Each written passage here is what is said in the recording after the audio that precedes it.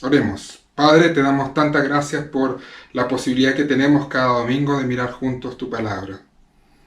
Queremos rogarte, Señor, que nos ayudes a estar atentos a lo que tú quieres decirnos. Que tu palabra nos hable clara y directamente a nuestra vida, a nuestra mente, a nuestro corazón.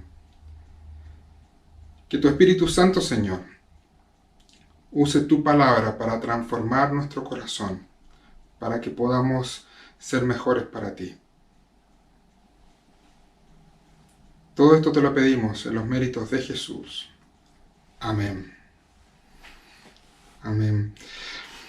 Estuvimos mirando la semana pasada, hablando de estos falsos maestros que habían llegado y la falsa enseñanza que ellos traían, habían llegado a afectar esta iglesia a la cual Juan ha estado escribiéndole. Estos falsos maestros que Juan les llama anticristos.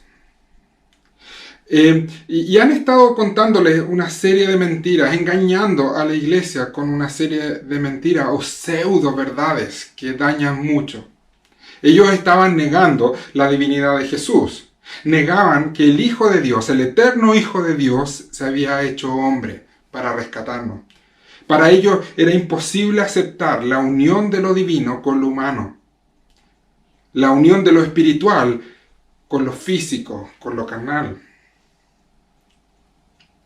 Lo espiritual de Dios no podía unirse con lo físico de esta creación, dirían ellos.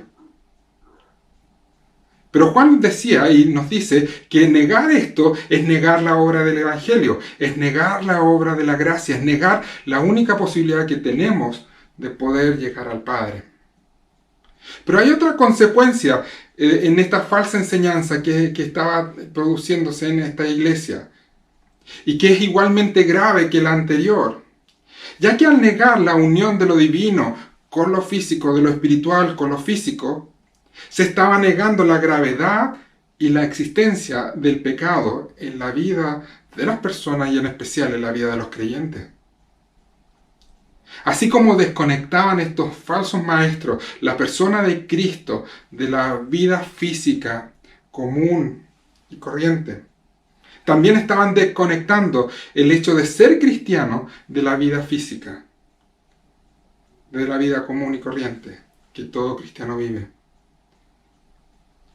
Ellos estaban empezando a decir que era posible pecar sin que esto tuviera efecto en tu relación con Dios, sin que esto tuviera efecto en tu vida espiritual. Y eso, les dirá Juan, es sumamente peligroso. Que lo que tú hicieras con tu cuerpo no afectaba en nada tu vida espiritual. Por eso es que Juan, en esta sección que acabamos de escuchar, responderá con firmeza que no se puede separar lo físico de lo espiritual. Que no se puede separar lo que tú haces en este mundo con tu relación con Dios. Quiero invitarte a abrir tu Biblia, Primera de Juan, capítulo 3. Vamos a ver al final del capítulo 2 y los primeros versículos del capítulo 3. Y quiero invitarte a mantenerla abierta para que juntos vayamos mirando cómo se va desarrollando lo que Juan quiere corregir, lo que Juan quiere decir a la iglesia en ese tiempo y nos quiere decir a nosotros. Mira cómo comienza este argumento de Juan. Esta corrección que Juan quiere dar. Versículo 7 del capítulo 3. Queridos hijos. Siempre es muy amoroso Juan y sabe que este tema es difícil. Por eso va a hablar con mucho cariño. Queridos hijos, que nadie los engañe. El que practica la justicia es justo, así como Él es justo. La justicia delante de Dios implicará un rechazo del pecado en la vida. Nadie que se diga cristiano le restará importancia al pecado, a la presencia del pecado en su vida. Todos quienes han puesto su fe en Jesús han nacido de nuevo. Todos aquellos que han nacido de nuevo, por lo tanto, buscarán modelar en sus vidas el estándar de justicia, de santidad que ven en Jesús. Juan es muy claro al decir esto. Versículo 29 del capítulo 2. Si reconocen que Jesucristo es justo, reconozcan también que todo el que practica la justicia ha nacido de Él. Versículo 6 del capítulo 3. Todo el que permanece en Él no practica el pecado. Todo el que practica el pecado no le ha visto ni lo ha conocido. Versículo 9. Ninguno que haya nacido de Dios practica el pecado porque la semilla de Dios permanece en Él. No puede practicar el pecado porque ha nacido de Dios. Juan dirá que todo el que ha nacido de nuevo, todo el que ha sido hecho hijo de Dios, porque ha puesto su fe en Jesús, se caracteriza por no practicar el pecado. Esa será la señal de autenticidad. Por el contrario, todo el que vive en pecado, dirá Juan, no es de Dios. Es del diablo. Verso 10. Así distinguimos entre los hijos de Dios y los hijos del diablo. El que no practica la justicia no es hijo de Dios, ni tampoco lo es el que no ama a su hermano. El estado espiritual del cristiano no puede aislarse de su comportamiento. No puede aislarse de cómo vive su vida. Quien practica la justicia es de Dios, quien practica el pecado es del diablo. Por supuesto, Juan, al decir esto, no está diciendo que el cristiano no peca nunca. Porque si estuviera diciendo esto, se estaría contradiciendo con lo que ha dicho un par de capítulos atrás.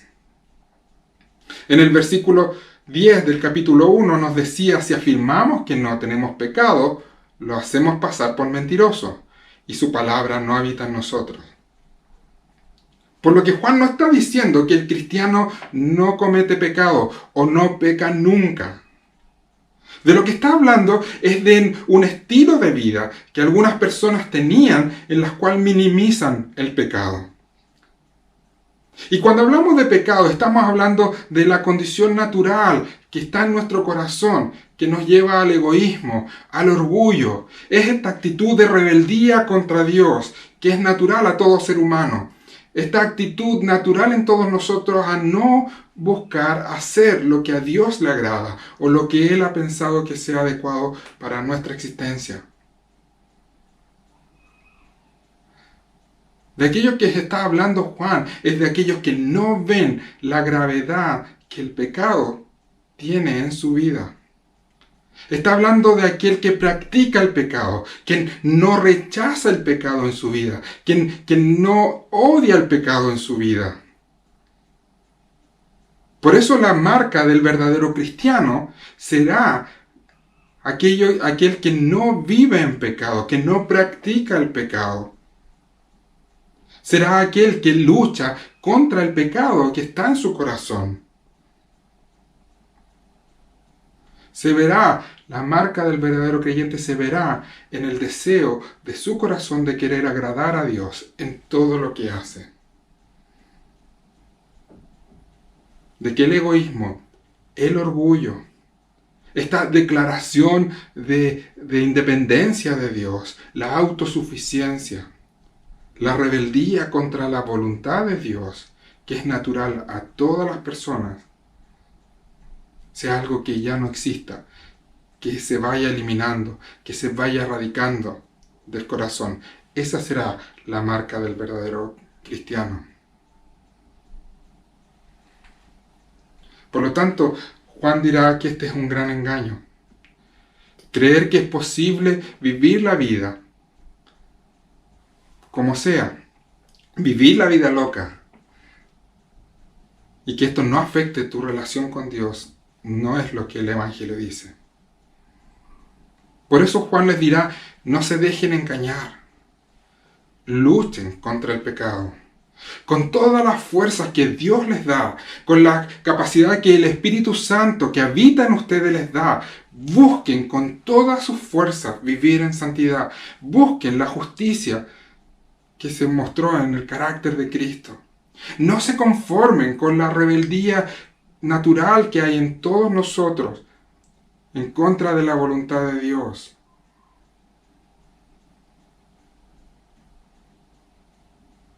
El recordar la obra de Cristo, dirá Juan, el recordar los resultados de lo que Él hizo por nosotros,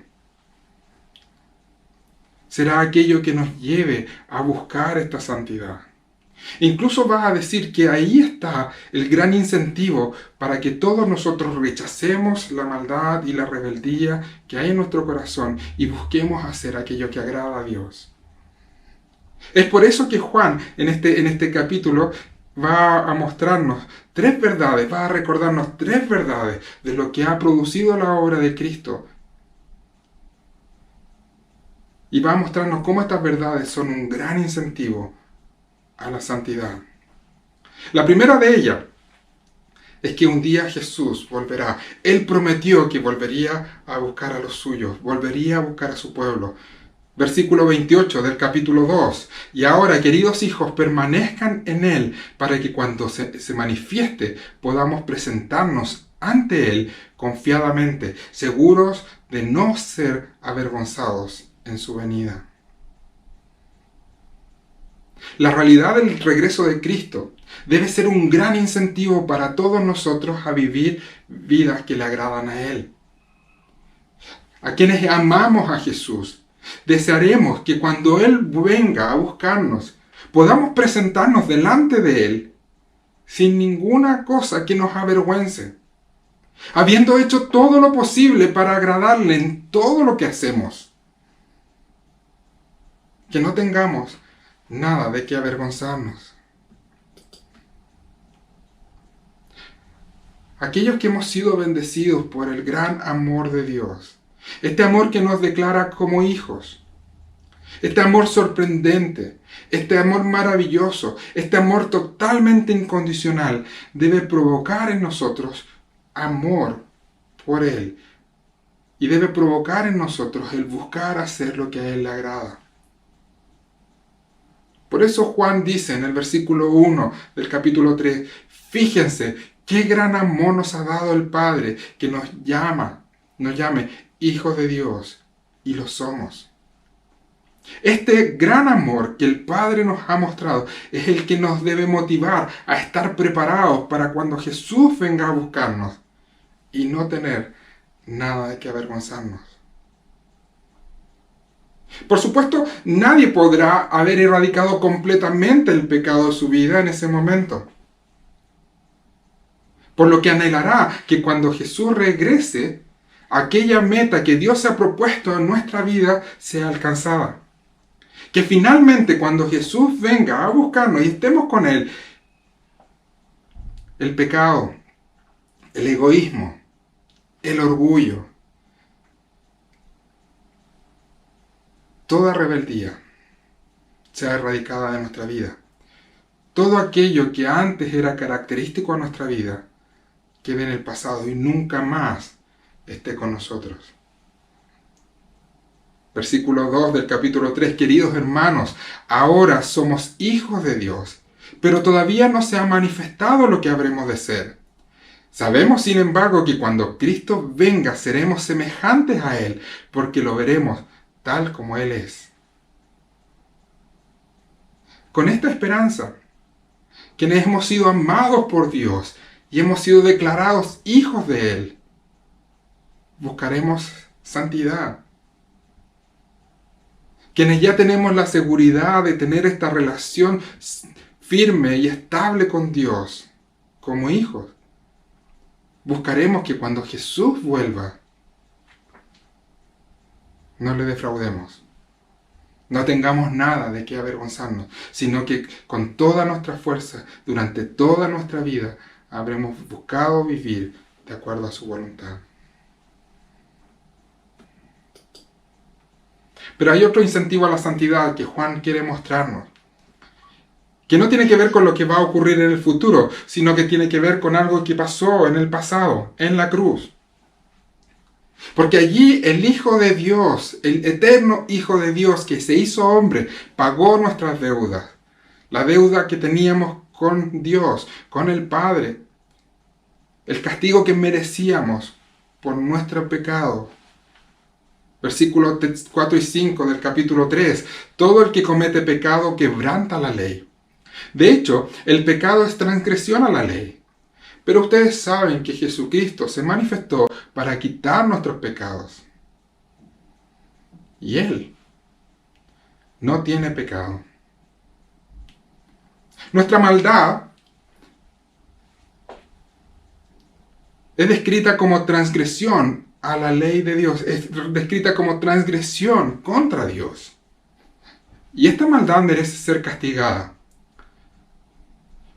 Pero en su maravillosa gracia, Dios envió a su Hijo, que no pecó, que no tiene pecado. Y Él pagó la deuda que nosotros teníamos. Y al pagar esta deuda, eliminó el pecado que nos impedía ir a Él, dice Juan. Por lo tanto, si se es consciente de esta maravillosa obra realizada por Jesús, por nosotros, no solo es torpe seguir adelante en una vida de pecado, sino que es una actitud de falta de agradecimiento enorme. Porque por su muerte ha quitado el pecado que nos impedía acercarnos al Padre. Todo aquello que nos entorpecía para poder tener acceso al Padre ha sido eliminado, quitado. Imagina que toda tu vida has cargado con una mochila llena de piedras grandes, que es un peso tan grande que te impide caminar y avanzar hacia tu hogar, que te impide ir al encuentro de Dios. Y lo que Jesús hace es que con su muerte saca esas piedras de tu espalda, te libera de ese peso. Juan dirá, no tiene ningún sentido entonces, si esto ya ha ocurrido, volver a cargar nuestra mochila con estas piedras.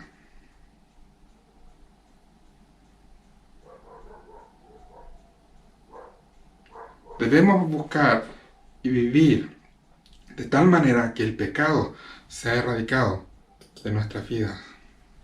Pero hay un tercer incentivo a la santidad, y que tiene que ver con el autor del pecado. Versículo 8, el que practica el pecado es del diablo, porque el diablo ha estado pecando desde el principio. El Hijo de Dios fue enviado precisamente para destruir las obras del diablo. La utopía de la independencia total, que es aquello que todas las personas han buscado y han deseado. Juan nos dice que no es real. Esa independencia total no existe. Que solo hay dos caminos que tú puedes tomar. O se sirve a Dios y se hace su voluntad, o se sirve al diablo y se vive en pecado. Todos por igual, los que llegamos a este mundo, a veces sin saberlo, estamos sirviendo al diablo. Somos esclavos de aquel que gobierna este mundo de maldad. Somos guiados por el orgullo, por el egoísmo. Pero Jesús, en la cruz, venció a Satanás y nos da libertad de este amo cruel que nos tenía esclavizados. Por lo tanto, es torpe volver a querer vivir bajo esa esclavitud si aquellos que hemos puesto nuestra confianza en Jesús hemos sido liberados de Él. Imagínate que no sabes nadar y estás en medio del mar ahogándote y alguien viene y te rescata, alguien viene y te salva, te toma de ahí, de tu condición en medio del mar y te lleva a tierra firme. Y cuando estás en tierra firme, lo primero que deseas hacer, lo primero que quieres hacer es volver a entrar al mar. No tiene ningún sentido. Quienes han confiado en la obra de Cristo pueden emanciparse de este amo cruel que nos tenía esclavizados. Torpe sería para quienes hemos sido rescatados de esa esclavitud volver a vivir sirviendo al diablo. 3 incentivos a la santidad. Jesús volverá a buscar a su iglesia. Jesús eliminó el pecado que nos impedía ir al Padre. Jesús venció a nuestro enemigo y nos liberó de su esclavitud. Pero Juan, habiendo recordado la obra de Cristo, de lo que Él ha hecho, ahora quiere hacer un llamado a la santidad. Quiere hacer un llamado, un fuerte énfasis a que debemos dejar el pecado y vivir para Dios. Pero como ya lo ha dicho, nadie podrá liberarse completamente del pecado en este mundo. Además, sabe Juan que ninguno de nosotros tenemos las capacidades para hacer esto solos. Si hubiese sido posible para nosotros dejar el egoísmo, el orgullo, la autosuficiencia, esta rebeldía contra Dios en nuestros propios medios, no hubiese sido necesario la obra de Cristo. No habríamos necesitado de la gracia de Dios. Pero Juan sabe que tú y yo no podemos hacer esto solos. Dios sabe que tú y yo no podemos hacerlo solos. Entonces, ¿qué hacer frente al pecado? Si no tenemos las capacidades para eliminarlo de nuestra vida. Verso 28. Ahora, queridos hijos, permanezcamos en Él, para que cuando se manifieste podamos presentarnos ante Él confiadamente, seguros de no ser avergonzados en su venida. El llamado de Juan es a permanecer en Él, a permanecer en Cristo, a confiar en Él, a descansar en la obra, en abrazar lo que Él hizo por nosotros al rescatarnos, al recordar continuamente lo que Dios ha hecho por nosotros en Jesús. Recordar por medio de la Escritura, con la ayuda del Espíritu Santo, la esperanza que tenemos en Él. La esperanza de que un día, cuando Él vuelva, finalmente todo egoísmo, toda maldad, todo pecado ya no existirá en nuestra vida. Verso 3 del capítulo 3. Todo el que tiene esta esperanza en Cristo se purifica a sí mismo, así como Él es puro. La esperanza de que un día, cuando le veamos cara a cara, seremos como Él. Podremos vivir en obediencia al Padre como Él lo hizo. Dios espera que quienes Él ha salvado reconozcan la gravedad del pecado en su vida. Amen la santidad. Deseen vivir para Él.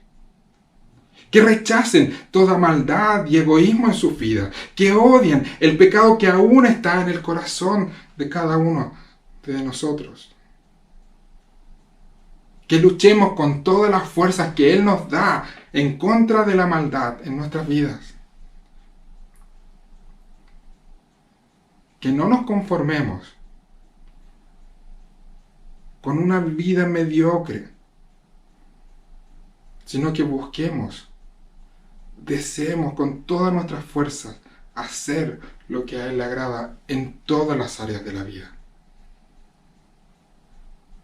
Pero para que esto ocurra, debemos permanecer en Él, permanecer en Cristo, confiar en su obra, aferrarnos a su obra, aferrarnos a estas maravillosas promesas de perfección que recibiremos cuando Él vuelva a buscarnos.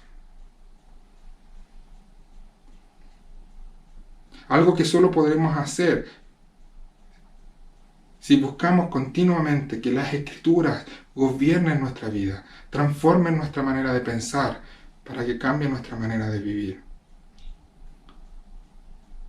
Si vamos a la Escritura en dependencia del Espíritu Santo para que ella nos hablen y nos recuerden de lo que Dios ha hecho por nosotros en Jesús, de su gran amor y nuestra nueva condición de ser hijos de Dios. Pero hay algo más que Juan quiere recordarnos, y es la garantía que tenemos del éxito. Versículo 9. Ninguno que haya nacido de Dios practica el pecado. Porque la semilla de Dios permanece en él. no puede practicar el pecado porque ha nacido de Dios. Dios nos ha dado su semilla.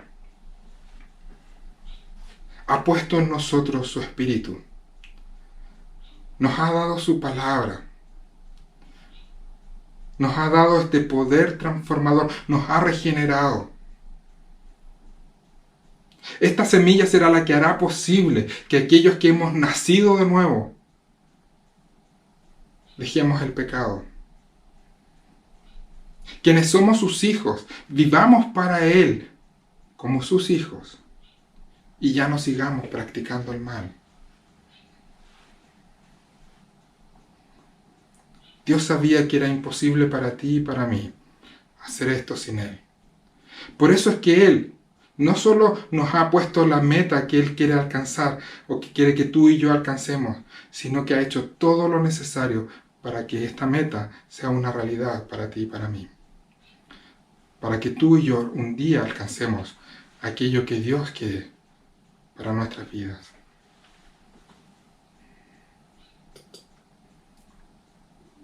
Aquellos a los cuales Juan está escribiéndole, estaban siendo tentados a bajar la guardia.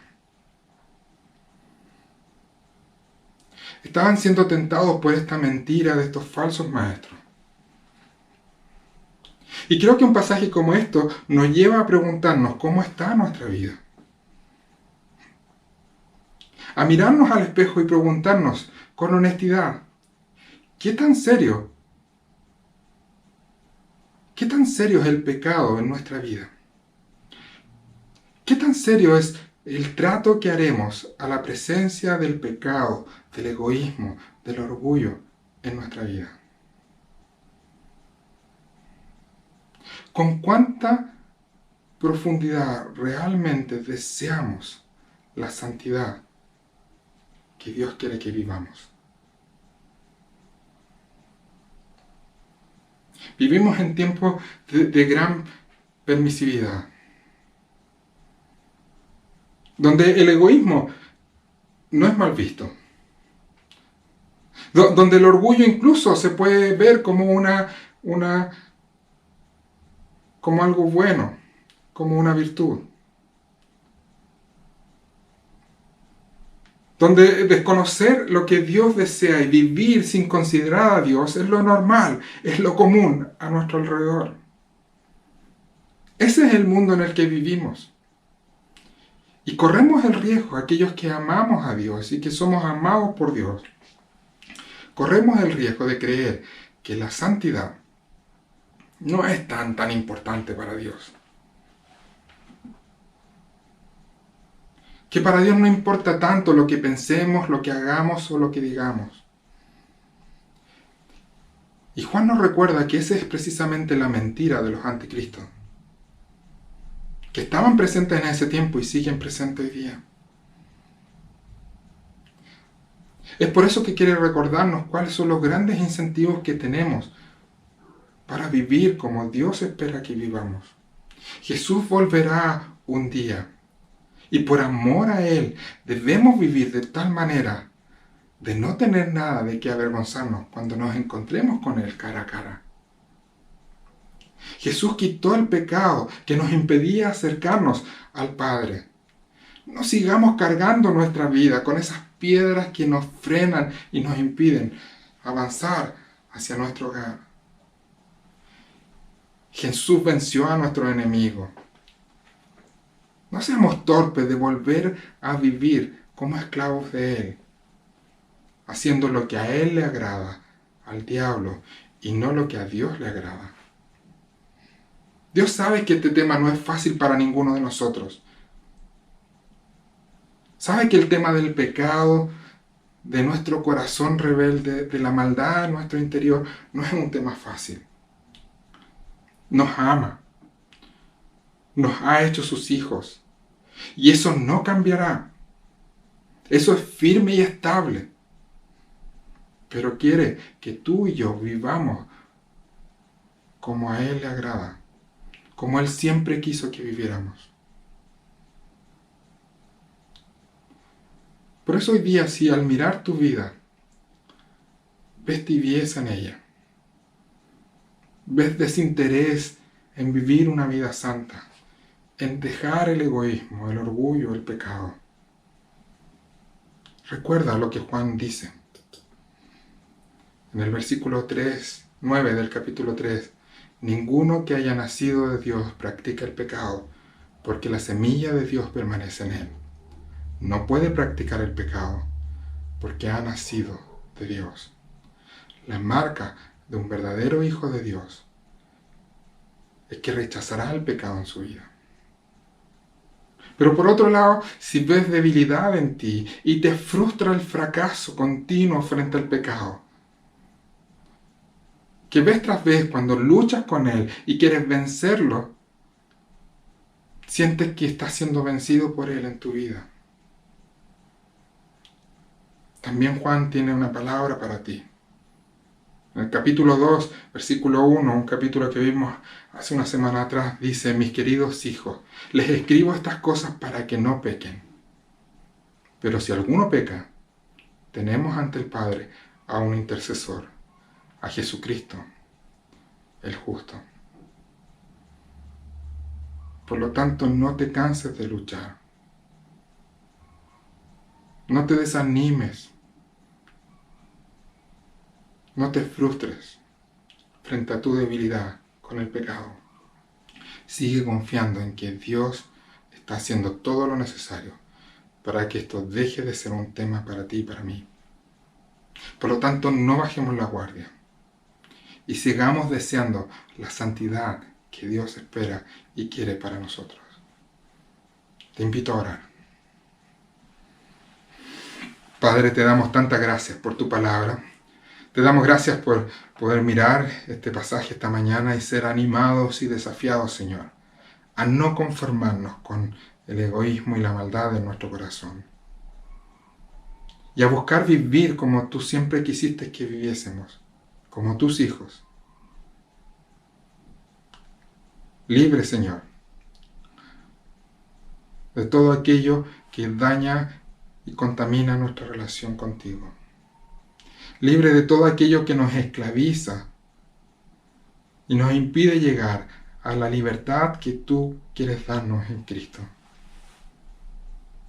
Por eso queremos pedirte, Señor, que sigas trabajando en nosotros, ayudándonos para alcanzar la meta, para poder erradicar completamente toda maldad, egoísmo, orgullo y rebeldía de nuestra vida, para vivir como tú quieres que vivamos.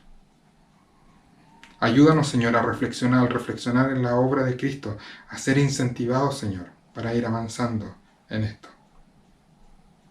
Y te damos tantas gracias por tu maravillosa obra en nosotros, a través del Espíritu Santo, quien está obrando en nosotros y nos está llevando de gloria en gloria, para que alcancemos la estatura de Cristo, para que el carácter de Él sea reflejado en nosotros. En Él, en Jesús, te damos gracias. Amén.